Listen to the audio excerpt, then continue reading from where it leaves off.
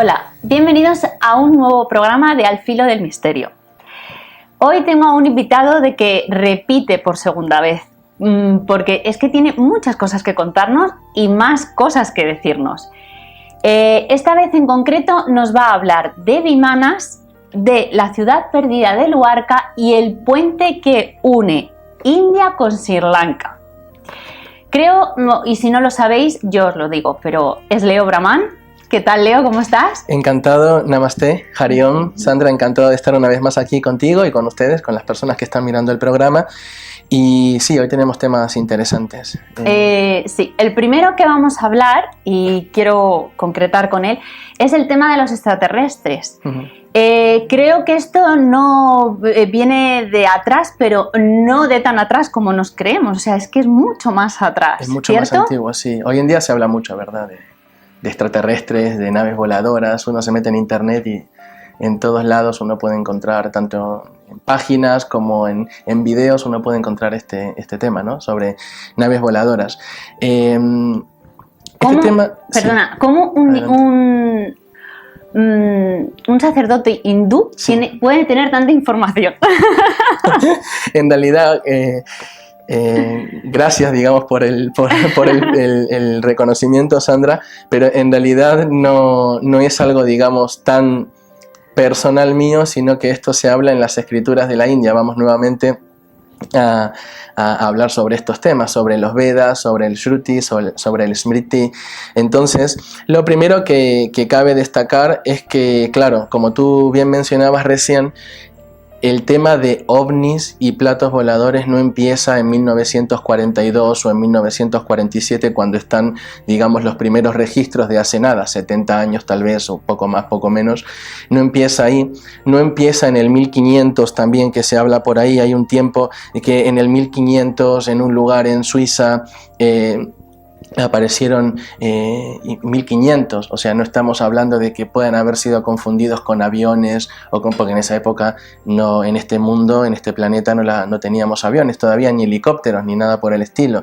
Entonces esto nace, o digamos, o los primeros escritos o la primera información que tenemos sobre estos temas viene de muchísimo más atrás, de hace 5000 años, 10.000 años, 15.000 años, y esto, como te decía recién, no es un reconocimiento mío propio, sino que está en las escrituras de la India.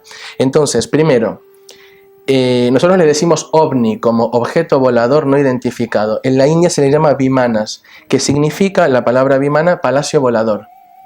Un palacio volador. OVNIs es eso, es un objeto volador que no está identificado. En la India estaba muy bien identificado. Se sabía que eran las naves de los dioses, las naves de seres de otros planetas que venían a visitarnos de vez en cuando. De hecho, eso tiene relación, eso va a dar mucho que hablar después, para tal vez hasta otro programa, pero eso tiene relación con las pirámides, por qué las pirámides se construían en una dirección concreta de norte, sur, este y oeste, por qué eran las pirámides tan grandes o tan gigantes. Eso servía también incluso a las naves de los seres de otros planetas como orientación a los pueblos que querían visitar. Entonces, volviendo, tenemos dos escrituras que pertenecen al Smriti, a lo que se recuerda, o a los relatos de la antigua India y del antiguo planeta como mundo antiguo. Tenemos dos escrituras, el Ramayana y el Mahabharata. El Mahabharata es la escritura hindú, de donde después sale el Bhagavad Gita, que es donde Krishna da instrucciones sobre espiritualidad. Pero el Mahabharata es como, Maha es gran y Bharata se refiere a la India. Cuando tú hablas con un hindú, no te dice yo soy de India, te dice yo soy de Bharat. Porque Bharata fue un antiguo rey que tuvo India y entonces le quedó el nombre de Bharata. Y Mahabharata es el libro o la escritura que habla sobre la antigua India, la antigua Bharat, que es el nombre original. Entonces, encontramos en el Mahabharata descripciones fuertes, por ejemplo, impresionantes, yo diría, de la forma que tenían los vimanas o las naves voladoras. Ya en la antigüedad, el Mahabharata fue escrito hace 5000 años y poco más de 5000 años, y ya se escribía en esa época y describe el Mahabharata el funcionamiento que tenían los vimanas, incluso hasta cómo había que pilotarlos. Sí, así es. Me imagino que se Wow. están quedando todos al escuchar Wow. esto. Entonces, señores en primicia, ¿sabían pilotar? sabían pilotar vimanas, o sea, naves voladoras hace 5.000 años. Primero, que es algo muy fuerte, impresionante de creer, que hace 5.000 años a alguien se haya imaginado o a alguien se le haya ocurrido de que había naves voladoras si esto no existiera. O sea, si no existe, tú no te imaginas nunca que hay algo que puede volar, que puede ser pilotado por un hombre. Ok, entonces tenemos, primero, hay una teoría que dice que estos escritos concretamente sobre los vimanas tienen 800 a 1200 años de antigüedad antes de Cristo, o sea, desde ahora 2800 años o 3200 años, ¿no? Pero hay un estudioso llamado Max Müller, estudioso alemán. Es muy típico también que los alemanes se han dedicado mucho a ir a la India a estudiar los Vedas, a traducir escrituras. Entonces, él dice que esto tiene muchísimo más. Una de las escrituras en donde también se habla sobre esto es el Rig Veda, uno de los Vedas, un Veda muy antiguo, el más antiguo de los Vedas, cuando se considera que el Veda era uno, luego fue dividido en 4 y uno de ellos es el Rig Veda. Entonces tenemos, según Max Müller, según Max Müller tiene estos escritos que hablan concretamente de los vimanas, tienen entre 5.000 y 7.000 años desde hoy. Así que ya tenemos una referencia también científica como historiador, porque es un historiador y un filósofo, hablando sobre estos temas. Entonces, como comentaba yo recién, este fenómeno ovni no comienza el 7 de agosto de 1566, como en el 1566 ya se vieron naves en el espacio en Basel, en Suiza. Entonces no empezó ahí, no empezó, como decía yo antes, también en el año 42, incluso en ese momento en Suiza, en 1566, permanecieron estas naves voladoras durante horas. La gente pudo estar durante horas viendo en el cielo que había naves voladoras. Entonces, en esa época, como he dicho antes, no había aviones, ni helicópteros, ni nada por el estilo en nuestro planeta. Y incluso hay otros historiadores, aparte de Max Müller, que da 5.000 o 7.000 años de antigüedad, hay otros que ya hablan, lo que yo estaba comentando al principio, como en el Mahabharata, en el Ramayana, que las naves voladoras, vimanas, ovnis, tienen 10.000 o 15.000 años de antigüedad. O sea que ya en el pasado, los seres de nuestro pasado ya veían estas naves que aterrizaban, que los seres que las pilotaban incluso, o que iban dentro de la nave, bajaban y tenían contacto con las personas de este planeta. Ahora vamos a pasar a la referencia bíblica. No sé si tienes alguna pregunta sobre esto. Pues la verdad es que no, pero vamos, alucinada me dejas con el dato nuevo que yo no me esperaba, de verdad. Pues entonces vamos a continuar, si te parece bien. Tenemos en el libro de Ezequiel, en el Antiguo Testamento, Ezequiel, un profeta importante para el pueblo judío, el pueblo hebreo, en el Antiguo Testamento. Se considera que eso fue escrito en el siglo VI a.C., o sea, 600 años, desde hoy, 2600 años, que fue escrito el texto de Ezequiel, y ahí se habla, Ezequiel concretamente, para las personas que quieran tener la referencia, Ezequiel 1, 4 al 16. Que un objeto descendió del cielo y que salieron 4 seres que eran los tripulantes de esa nave, de ese objeto que descendió del cielo. Una vez que aterrizó, 4 seres, incluso en Ezequiel se describen, tienen brazos, pero también tenían sus aletas, toda la descripción. Sí, que se describe perfectamente. Los seres con los que Ezequiel tuvo contacto, que también tienen muchísimo que ver con el tema de hoy en día llamados ovnis o vimanas en el pasado. Vimanas. De hecho, también hay otras religiones, que no sea el hinduismo, o tradiciones que también los llaman vimanas, curiosamente como en el hinduismo. Y otra de las cosas también que vale la pena remarcar es que es muy difícil que una civilización antigua, como por ejemplo la civilización en la India, la antigua civilización védica, o la antigua civilización azteca, o la antigua civilización maya, porque también dentro de las pirámides mayas y aztecas también tenemos los típicos dibujos, ¿verdad?, jeroglíficos, en donde hay seres mirando hacia arriba, arriba, o sea, como identificando el cielo, se ve una nave, algo parecido a un helicóptero, a un avión, o lo que se describe en el Mahabharata, un vimana, porque hay diferentes tipos de vimana, hay triangulares, circulares, cuadrados, rectangulares, ok. Entonces, y pilotados incluso, ven a los seres, están hasta en los jeroglíficos están hasta pintados los seres que están dentro de la nave, pilotando la nave. Así que tendrían que tener demasiada imaginación. Normalmente uno no tiene tanta imaginación como para llegar a ese punto, y menos los seres que, según la tradición científica moderna, en esa época no había civilizaciones y el hombre era un caníbal y y todas las cosas con las que nos mintieron. Tenemos muy en claro que si el hombre era exactamente como lo describen los científicos y la teoría de Darwin de la evolución y y todo lo demás, está muy claro que no podían inventarse estas cosas, este tipo de pinturas, jeroglíficos, este tipo de imágenes, incluso hasta de cómo armar un vimana, cómo pilotarlo, cuáles son las funciones, cómo puedes volar, ok. Así que todo esto me parece muy importante hablar para ustedes. Podemos seguir si tú quieres y pasamos a otros temas. Yo lo que sí que dices... siempre dibujaban cuando había acontecimientos importantes o algo relevante. Efectivamente. O sea, no creo que se les haya ocurrido pintar algo así por amor al arte o por gusto. Incluso si fuera el hombre tan incivilizado como hoy en día se considera, no les daría la imaginación, no tendrían tanto desarrollo, tanta conciencia, tanta cultura como para hacerlo.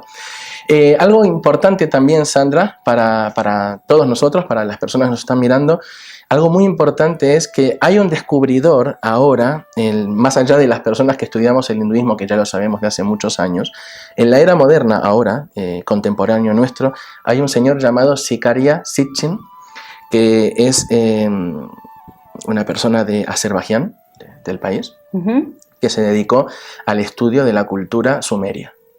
Entonces, según los jeroglíficos, él estudió los jeroglíficos, las pinturas, las tablillas de piedra, y él se dedicó a todo el estudio en general de la cultura sumeria, y en la cultura sumeria, que no es la cultura hindú, también tenemos la existencia y la descripción de los vimanas, de las naves voladoras.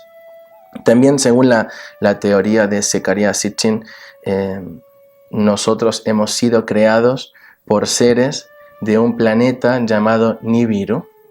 Ellos en un periodo astronómico en el cual el planeta Nibiru estaba, cada cierto ciclo pasa cerca de la Tierra, y en ese momento ellos, unos seres de este planeta Nibiru pasaron a la Tierra y empezaron a crear vida aquí. Ok, eso puede ser tal vez para las personas que nos ven más creíble o menos creíble, pero él es uno de los estudios que hizo dentro de todo lo que tiene que ver con la cultura y la civilización sumeria, y de ahí sale el tema de los vimanas también. Hay mucha información, sobre todo en internet, que pueden nuestros amigos que están mirándonos investigar y sacar más sobre todo esto. Pues ya nuestros telespectadores hay una base por si quieren seguir investigando. Nosotros vamos a seguir hablando de la ciudad perdida de Dwarka. ¿Qué nos tienes que decir con respecto a esto? Perfecto, me parece buenísimo. Ya pasamos entonces al siguiente tema. La ciudad perdida de Dwarka. Dwarka hoy en día existe actualmente. Una Dwarka, que está concretamente, todas las personas lo pueden buscar. Dwarka, deletreándolo, es D-W-A-R-K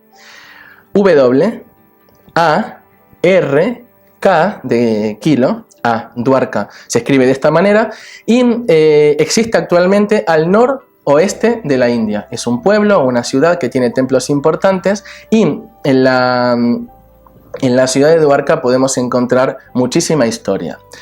El tema es que esta Dwarka, que ahora, digamos, se llama Dwarka, que es lo que ha quedado, es justamente eso, lo que ha quedado, porque el resto de Dwarka, la otra parte donde estaba incluso el palacio donde Krishna vivió, donde habitó con sus miles de reinas, se hundió. En principio, cuando investigadores, historiadores, científicos leen las escrituras del hinduismo, lo catalogan como, bueno, eso es mitología, eso es leyenda, eso en realidad no existió, esto tal vez era para explicarnos algo históricamente, pero bueno, no es algo tan estrictamente importante o creíble. Eso científicamente en un principio se considera así, ¿verdad? Cualquier escritura, bueno, no, como cuando la Biblia dice hubo gigantes en la tierra, bueno, dice no, bueno, eso en realidad no fue así. Pero en realidad sí fue así, lo que aparece en las escrituras del hinduismo como la ciudad de Dwarka, porque se descubrió y hoy en día se puede ver, hay documentales sobre esto, pero a través incluso de helicópteros o aviones vía satelital, se ve que lo que es el borde, las orillas de Dwarka en el Océano Índico está, o en el mar Arábico, concretamente en esta parte de la India, está la ciudad de Dwarka porque se puede ver vía satelital. Y aparte, a través del buceo. A través del buceo han descubierto el palacio de Krishna, han descubierto todo dentro del palacio, las habitaciones, la sala de estar, hasta el baño, absolutamente todo. Con lo cual, todo lo que dicen que era mitología en realidad se está descubriendo de que no, y que las escrituras hindúes cuando realmente hablan es comprobable y es verdad lo que están diciendo, que eso históricamente incluso existió. Es que esta historia me recuerda a Atlántida. Atlántida, claro. Es algo, se hundió claro, en el agua, o sea, es que... Lemuria también, sí. Me ha recordado bastante. Lemuria. Sí, es algo muy similar. ¿Sí? Vivían seres más avanzados, más evolucionados espiritualmente y a nivel de conciencia que nosotros. En la Atlántida, en Lemuria, se hundieron, y Dwarka también, porque dicen que incluso Dwarka era una ciudad construida de acuerdo al Vastu Shastra. Vastu es como el Feng Shui, que te dice dónde tienes que tener el agua, dónde tienes que tener el baño, la habitación, la sala de estar, el comedor, la cocina, bueno, las prácticas, el templo. Entonces estaba construida de acuerdo al Vastu, que es el Feng Shui de la India, con lo cual dicen que era un lugar maravilloso, incluso la gente que los buzos y todo, bueno, que es impresionante poder verlo. Yo no soy buzo, no he estado ahí, pero sí estuve en India, he visto documentales, he leído mucho, y lo que más curiosidad da es que eso se consideraba mitología. Y lo mismo pasa si luego saltamos al tema del puente que une la India con Sri Lanka. Otro tema también. Antiguamente había un rey llamado Ravana, que era considerado también como un rey demoníaco, que hostigaba mucho, hacía daño a la gente en su reino, y él lo que hizo, él era un rey sectorial, concretamente de Sri Lanka, pero luego con su ejército conquistó toda la India, y al mismo tiempo cuando conquistó le robó al rey, que era Rama, que es una encarnación de Narayan, de Vishnu o de Krishna, considerado una encarnación de Dios en el hinduismo, a Rama, que le robó su esposa, o sea, a la reina. Entonces, bueno, volvieron a Sri Lanka, él se llevó a la reina, entonces luego empieza a desatarse. Esto todo lo cuenta un libro, el Ramayana, que habla sobre toda la vida de Rama, de la encarnación de Dios, que fue rey Rama, de la encarnación de Krishna. Y entonces cuenta, parte del desarrollo es de cómo se construyó un puente para unir la India con Sri Lanka. Sri Lanka es una isla que está al sur, bien, digamos, más abajo, un poquito incluso hacia el este, un poquito hacia el sureste, y claro, obviamente es una isla, hay agua de por medio, y también todo el mundo siempre consideró que esto era mitología, que esto era leyenda, y hoy en día también vía satelital, a través de fotos y de imágenes de helicópteros y de aviones, se puede ver de hecho la sombra del puente, y luego a través del buceo también se descubrió que el puente está todo bajo el agua. Este fue un puente que cuando Rama, el rey original, se encontró con que raptaron a su esposa, la reina Sita, cuando se encontró con que perdió el reino, en realidad fue su hermano el que perdió el reino de la India. Cuando se sucedió todo esto, Rama empieza a hacer un proyecto, todo un plan para recuperar el reino, para ir a Sri Lanka, como antiguamente se hacía, hacer la guerra, matar al otro rey, recuperar a su esposa y recuperar el reino que le pertenecía a su familia. Entonces, bueno, de ahí surgen aliados, surgen asociados, y a partir de ahí se dice que poniendo piedras, incluso yo estuve en el sur de India y hay piedras flotantes. Eso es algo nunca visto. Eso algún día tenemos que hacer un programa especial y traerlo aquí porque tengo una persona que me lo puede facilitar. Hay piedras flotantes en todo lo que es Rameshwaram, el sur de India, y se dice que aparte de hacer todo el puente con piedras, aparte sobre la superficie se pusieron piedras gigantes flotantes. Alguien escuchará y dirá, no, las piedras se hunden por su propio peso en el agua. Sí, pero hoy en día, yo lo he tenido en mis manos, lo he visto, un cubo lleno con agua, depositar una piedra de Rameshwaram y la piedra flotar. Entonces, todo esto era mitología en principio y ahora se ve que es verdad. Tú vas a Rameshwaram y ves piedras flotantes y esto fue parte de todo el material de las piedras de Rameshwaram porque es justamente el lugar más al sur de la India, desde donde Rama cruzó hasta Sri Lanka y bueno, se construyó un puente, Rama y su ejército cruzaron, mataron al rey que es considerado como demoníaco, negativo, malo para con sus súbditos, recuperaron el reino y volvieron a Ayodhya. Ayodhya, un lugar que luego más tarde fue llamado Hastinapura, a donde mora el rey en India. Así que bueno, eso es otra de las cosas que fueron consideradas siempre mitología, pero que en realidad ahora, con el paso del tiempo y la investigación y mismo científica, se ha comprobado que es verdad, que es real, que eso ha existido, con lo cual tenemos que considerar que las escrituras del hinduismo, tanto el Mahabharata, los Vimanas, el Ramayana, las ciudades perdidas, este puente a Sri Lanka, todo esto es súper real, ya ha sido descubierto que existió realmente, o sea que no estamos estudiando mitología, sino parte de nuestra historia. Sí, que está ahí. Y hay documentación para ello. Cualquiera tiene acceso a verlo, cualquiera puede ir al sur de India y ver las piedras flotantes en Rameshwaram, cualquiera puede tener acceso a través de un documental a ver el puente con imagen satelital y a estudiar un poco más sobre este tema. Los invito, la cultura de la India es de las pocas, o yo diría la única o de las pocas culturas que quedan en el mundo que realmente nos cuenta la verdadera historia de la humanidad, de dónde venimos, la verdadera historia filosófica, la verdadera filosofía, la verdadera... por ejemplo, en el caso de las construcciones, de la arquitectura, hay una arquitectura verdadera que tenemos ahora, pero que la arquitectura miles de años atrás ya existía, ya era parte de una carrera que la gente hacía, los arquitectos construían grandes palacios, como las pirámides también en diferentes lugares del mundo. No digo que lo de ahora no sea verdadero, pero que antiguamente esta civilización ya conocía todo esto, y que en realidad no nos han hablado de mitología o de historias inventadas por la mente, sino que realmente es cosas históricas, y es muy importante que sepamos todo esto para conocer nuestro origen.